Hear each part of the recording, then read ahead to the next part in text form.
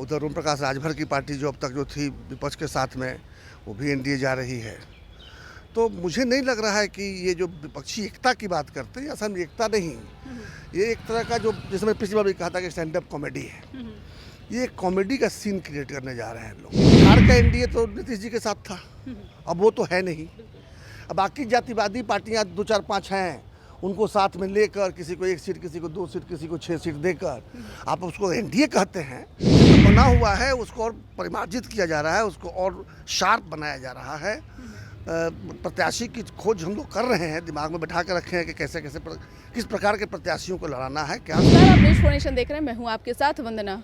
बिहार के मुखिया नीतीश कुमार सहित लालू प्रसाद यादव, तेजस्वी यादव, तमाम लोग विपक्षी एकजुटता की बैठक को लेकर बेंगलुरु के लिए रवाना हो चुके हैं। हमारे साथ बात करने के लिए हैं सचिदानंद राय, सारण एमएलसी। कैसा देख रहे हैं विपक्षी एकजुटता की जो दूसरी बार बैठक हो रही है, क्या तस्वीर सामने निकल? देखिए, जो 23 तारीख को बैठक हुई थी, आपने देखा, उसमें शरद पवार जी थे, प्रफुल्ल पटेल जी थे, तो वो तो जान ही रहे हैं। और अभी आपको न्यूज़ मिला होगा कि टीडीपी और जेडीएस भी जो है वो चला गया एनडीए में। उधर ओम प्रकाश राजभर की पार्टी जो अब तक जो थी विपक्ष के साथ में, वो भी एनडीए जा रही है। तो मुझे नहीं लग रहा है कि ये जो विपक्षी एकता की बात करते हैं, असल में एकता नहीं, ये एक तरह का जो, जैसे मैं पिछली बार भी कहा था कि स्टैंड अप कॉमेडी है। ये कॉमेडी का सीन क्रिएट करने जा रहे हैं लोग। और सबसे बड़ी बात, थोड़ी सी मान लेते हैं कि एकता हो गई, मान लेते हैं, तो स्टालिन जी जाकर आंध्र प्रदेश में भी वोट उधर कर सकते हैं क्या? बाकी दूर की बात छोड़ दीजिए, मैं सत्य बात कर रहा हूँ, कर्नाटक में कर सकते हैं क्या? बिहार की तो बात ही छोड़ दीजिए। दूसरी बात, अगर डीएम के साथ में आएगा तो एडीएम के नहीं आएगा, तो तमिलनाडु आधा तो रह ही गया दूसरी तरफ। अगर टीडीपी उधर गया तो जगन मोहन रेड्डी आपके साथ आ भी सकते हैं, लेकिन वो थोड़ा होशियार आदमी है, आने का चांस हमको कम दिख रहा है। दिखाने के लिए आ भी जाएंगे तो मन से नहीं आएंगे। और इसी तरह से जहाँ भी आप देख रहे हैं, कोई भी ऐसा नेता नहीं है जो एक सूत्र में बांध सके।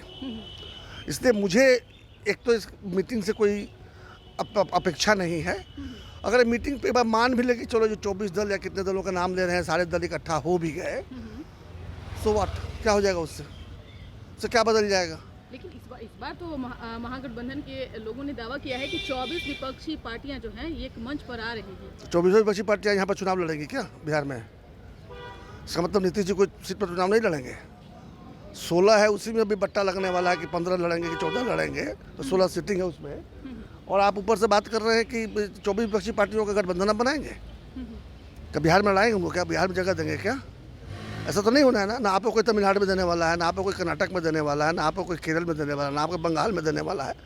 तो ये जो विपक्षी एकता की बात हो रही है, एकता का मतलब क्या हुआ? हाँ, अगर सारी पार्टियां मर्ज हो जाती, अगर 24 पार्टी मर्ज करके जिस जनता पार्टी बना था, और उस तरह से कोई एक पार्टी अगर बने, तब थोड़ा बहुत भविष्य देखा भी जा सकता है। लेकिन सत्यानंद राय जी, पेच तो यहाँ पे फंसा हुआ है ना। नीतीश कुमार बार बार जो है संयोजक की बात को छेड़ते रहे हैं। लालू प्रसाद यादव भी अपने मन से कहते हर बार कहते नजर आते हैं कि नीतीश कुमार संयोजक बनाए जाएंगे। देखिए, लालू जी चाहते ये है कि वो संयोजक बन जाए, ताकि वो कहेगा अब संयोजक बन गए हैं, अब पूरा देश घूमिए और हमारा बेटा को मुख्यमंत्री बना दीजिए।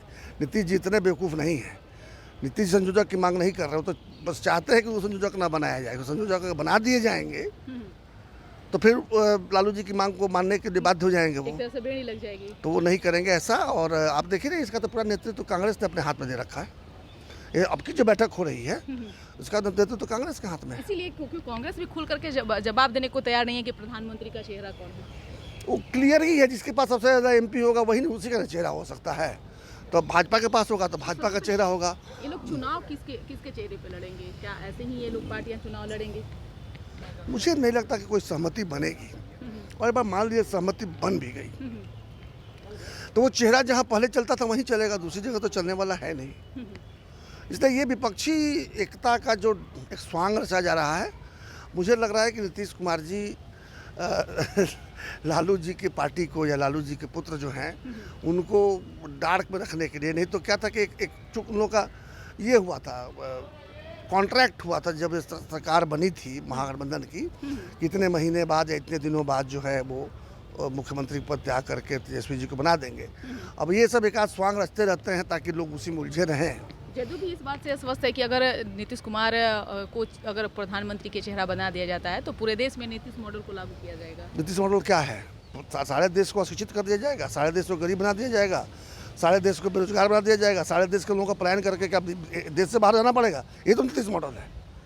नीतीश मॉडल है स्कूल ख़त्म कर दो, अस्पताल ख़त्म कर दो, रोजगार ख़त्म कर दो, किसी को पढ़ाओ मत ताकि जाके बाहर मजदूरी करे। ये नीतीश मॉडल है ना। कहते हैं किसको नीतीश मॉडल? किस नीतीश मॉडल की बात कर रहे हैं? चौथा टर्म चल रहा है, किस लालू मॉडल, किस नीतीश की बात कर रहे हैं? 7 टर्म से तो वही लोग हैं।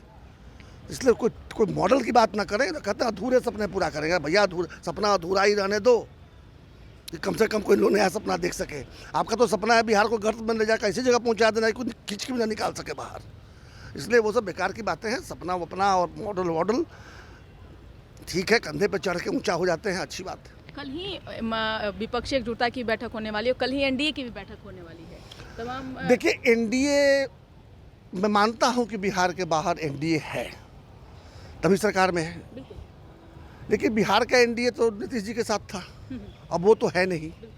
अब बाकी जातिवादी पार्टियां 2 4 5 हैं, उनको साथ में लेकर किसी को 1 सीट, किसी को 2 सीट, किसी को 6 सीट देकर आप उसको एनडीए कहते हैं, तो मेरी समझ में एनडीए नहीं है। आज आपके साथ थे, कल कहीं और थे, अकेले थे। अब लोजपा अकेले लड़ी थी 20 का चुनाव। मांझी जी और कुशवाहा जी कहीं और लड़े थे, मांझी जी नीतीश जी के साथ थे। आज कुशवाहा जी नीतीश के पास जाके फिर वहाँ से छू के फिर चले आए, ये भी चले आए। सहनी जी आपके साथ चुनाव लड़े, बाद में आपने उनके दल को तोड़ दिया, और फिर सहनी से बैठ के गल भैया। और ये गठबंधन नहीं है, ये एक जुगाड़ है। एनडीए भी जुगाड़। मैं बिहार की बात कर रहा हूँ, बिहार के बाहर मैं कमेंट नहीं करूँगा, क्योंकि मैं जिसकी जानकारी नहीं होती मैं नहीं बोलता। मैं नीतीश कुमार नहीं हूँ कि हर विषय का अपने आप को एक्सपर्ट समझूँ। लेकिन बिहार की बात तो मैं समझता हूँ। बिहार में ना एनडीए है ना महागठबंधन है, ये केवल जुगाड़ तंत्र लगाकर कैसे सत्ता में बने रहे, यही खेल चल रहा है। लेकिन अगर एनडीए को लेकर के आपने जिस तरह से कुशवाहा और मांझी का बात आपने छेड़ा, तो सहनी भी तो है ना। ये पार्टी, मैं सहनी का भी नाम लिया ना। ये पार्टियां आखिर क्यों नहीं बीजेपी में शामिल हो रही है? किस चीज का इंतजार ये लोग कर रहे हैं? सब दर मुलाई में लगे हुए हैं। सहनी जी जो है पूरा अति पिछड़ा का वोट जेब में लेके घूम रहे हैं, तो उनको 15 से कम सीट में कैसे काम चलेगा? दल दलितों का वोट लेके घूम रहे हैं मांझी जी, तो उनको 20 सीट चाहिए। लोजपा वाले जो हैं वो भी पासवान का वोट 6% कहते हैं कि मैं जिधर चला जाएगा वही जीतेगा, तो उनको तो 6 सीट पर राजी नहीं होना चाहिए, उनको भी 18 सीट चाहिए। चिराग और पशुपति पारस एक साथ वो अलग अलग चाहिए, इनको भी 18 चाहिए, उनको भी 18 चाहिए, चाहे इनको भी 6 चाहिए, उनको भी 6 चाहिए। तो मिला जुला के बिहार में 40 सीट जो है ना, इसमें मोटा मोटी 80 सीट का टिकट बांटना पड़ेगा, तब जाके होगा। आपकी क्या तैयारी रहेगी? आप कितनी सीटों पर चुनाव लड़ेंगे? देखिए, हम लोग तो जहाँ लड़ेंगे वो जीतने के लड़ेंगे। फिर भी तो तैयारी होगी। तैयारी है, बिल्कुल तैयारी है। जो लड़ेंगे तो पता भी चलेगा, लड़ेंगे जरूर, इतना बता रहे हैं। यानी प्रशांत किशोर अभी से वो रणनीति बनाने लगे। रणनीति बन चुकी है, रणनीति तो बना हुआ है, उसको और परिमार्जित किया जा रहा है, उसको और शार्प बनाया जा रहा है। प्रत्याशी की खोज हम लोग कर रहे हैं, दिमाग में बैठा के रखे हैं कि कैसे किस प्रकार के प्रत्याशियों को लड़ाना है, क्या हमको समाज के सारे लोगों को उसमें प्रतिनिधित्व मिले। हम जाति गठबंधन की बात नहीं करते, हम प्रतिनिधित्व की बात करते हैं। हर जाति के हर वर्ग के लोगों को प्रतिनिधित्व मिले, उस पर भी काम चल रहा है। आप अकेला चलो पर चलेंगे कि किसी अकेला ही चलेंगे ना, चलेंगे तो अकेले, क्योंकि और कोई साथ चलने के लायक नहीं है। कोई नहीं है ही नहीं कोई साथ चलने के लायक। आप तो बहुत दिनों तक बीजेपी में भी रहे। हाँ, तो बीजेपी को देख लिया चलने लायक नहीं है।